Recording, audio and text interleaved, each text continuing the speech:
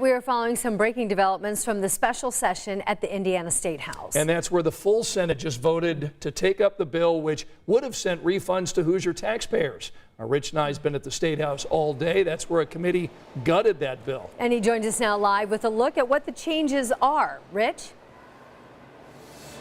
So Anne Marie and Scott, we still have legislation for inflation relief moving forward in both the House and the Senate. But those bills, as they passed last week in their original chamber, have now been completely changed. In fact, they've been amended to read like their counterpart bills.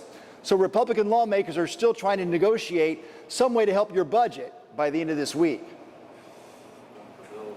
The Senate Tax and Fiscal Policy Committee stripped House Bill 1001 Wednesday morning and inserted the language from two Senate bills passed last week before sending the amended bill on to the full Senate. That there is no nefarious motive on our part to do anything but to keep the legislation moving forward.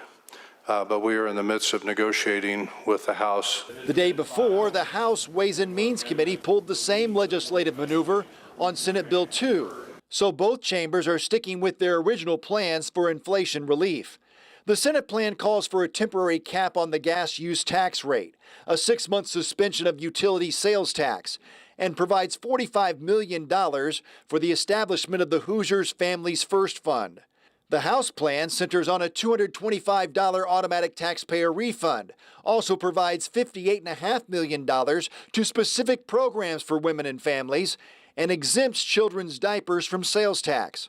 House Republicans are determined that any relief package needs to include a direct check to Hoosiers.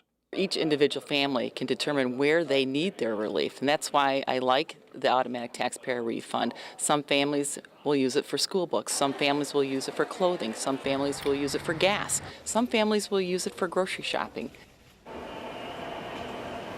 The House meets tomorrow morning. The Senate meets tomorrow afternoon. Both chambers will consider amendments to these inflation relief packages and perhaps begin to find some kind of compromise that incorporates parts of both plans. And so I'll be back here tomorrow as well. All right, the work continues. Thanks so much, Rich.